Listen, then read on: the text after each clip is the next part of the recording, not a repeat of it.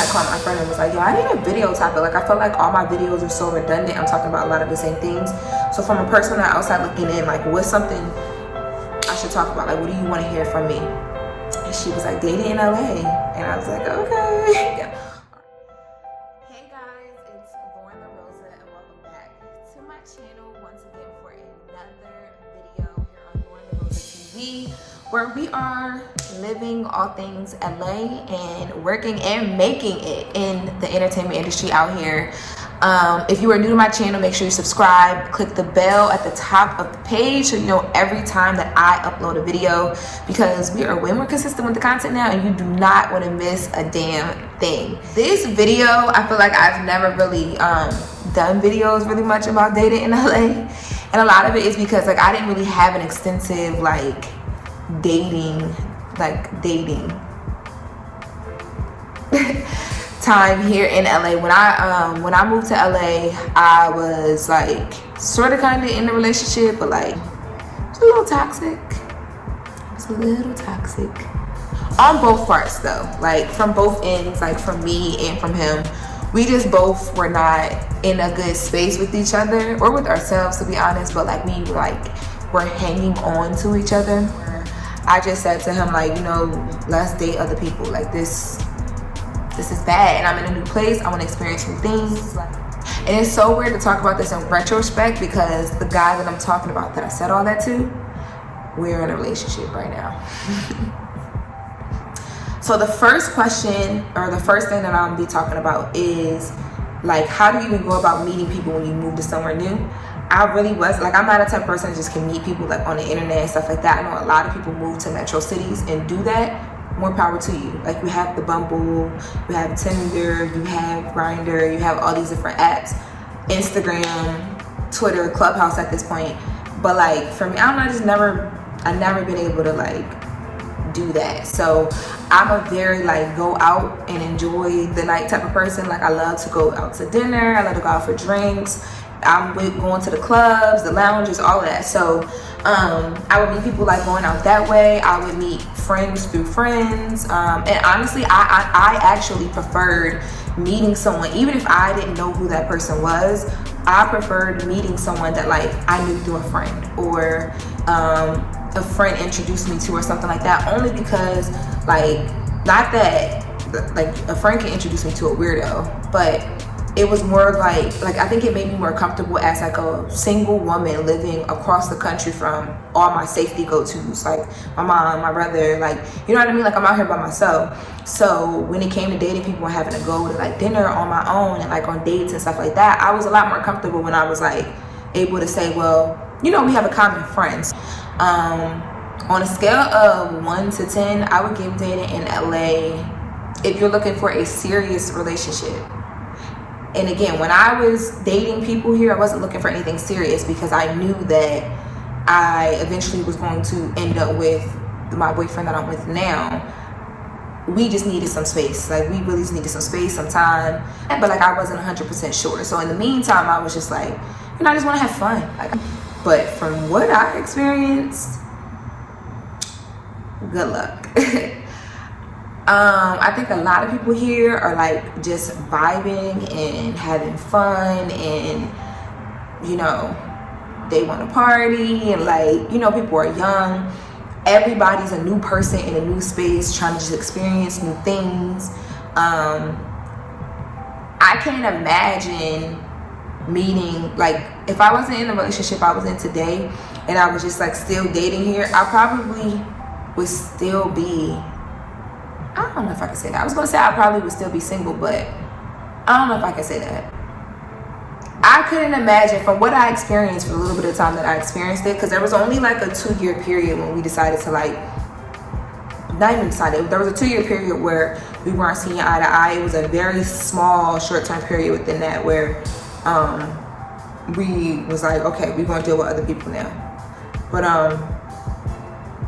yeah, from what I experienced, it wasn't nothing permanent out here. Like, a lot of the guys that I've met here in LA, especially, and this is just my interpretation of it, a lot of the guys that I've met here in LA, especially the ones that are from the West Coast,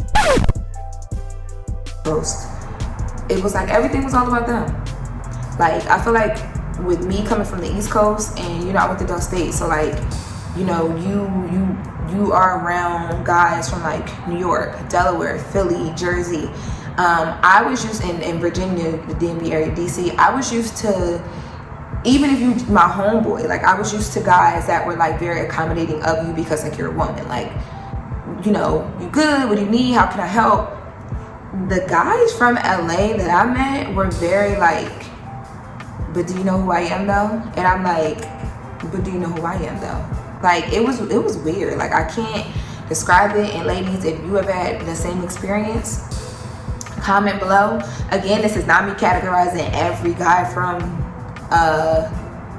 LA that you know lives here, but the ones that I encountered were very like, everything was all about them, and I just couldn't get with it. Like, I don't mind, you know, pouring into somebody that I'm dealing with, or you know, like making him feel like, okay, babe, ain't nobody else in this world but you. But it got to a point where it was like, you know, it's two people in this situation, right? Like,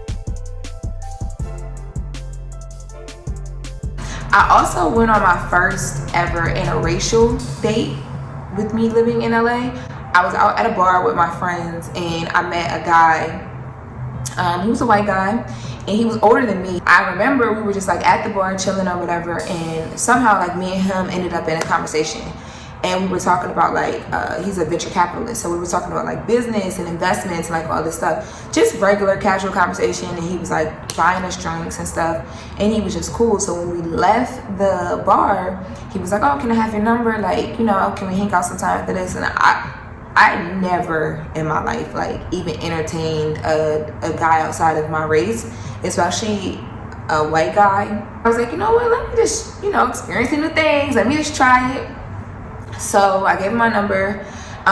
One of the biggest things that stuck out for me, like the first like memory we had, was as I'm giving him my number, his friend walks up to me, and I remember I had a weave in my hair. Well, it was a weave, but it was like not a wig, like it was like a sew-in. So, you know, like I had like natural leave out and stuff like that. I remember one of his friends walked up to me and touched my hair and was like, is this all yours? Because you could, like, you know, you get a good weave, you can't tell sometimes. And it was shoulder length. I had it cut in layers. Like, I wanted it to look super natural. And I was like, don't touch my hair. Like, I was pissed. Like, don't touch me. Like, what? And he jumped in and was like, oh, no. Like, he was like, no, that's not cool. Like, don't do that, blah, blah. That was one of the first, like, I literally remember that to this day. And the guy was super drunk. Because even when he was telling him, like, yo, don't do that, that's not cool, the guy was laughing. Like, he didn't know why that was an issue. But I was pissed off. Like, do not touch my hair. Like, I don't care. First of all, you're right. Don't ask me if my hair is mine. But second of all, even if you weren't, don't ask me if my hair is mine. Whatever I decide to put on my body belongs to me. Period. And that's on who? Man had a little lamb. But one of the things that I did experience for the first time ever, and I don't think that this was because he was not black. I think it was just because he was older. And again, I had been in serious relationships all before I moved to LA. So I had, you know, never really, as an adult, dated older guys. So one of the things that I did experience for the first time while dating in LA was just going on like a real date. Like, car service is ordered. This is the time we're meeting. We went to like the restaurant was like so bomb. Everything was just like taken care of. I thought it was dope that it kind of took me out of my comfort zone, because a lot of the food I tried that night, like, he ordered for us. So I was trying things that I never tried before, and like drinks I never tried before. So it was a good time. Conversation was cool, but I did kind of feel like I wasn't able to be myself. And he didn't make me feel that way, like not consciously, but at that moment I knew, like, I have nothing against people who date interracially, but I just wasn't comfortable. I don't know, I felt like I was trying not to say the wrong things, trying not to use words he wouldn't understand. Like, I don't know.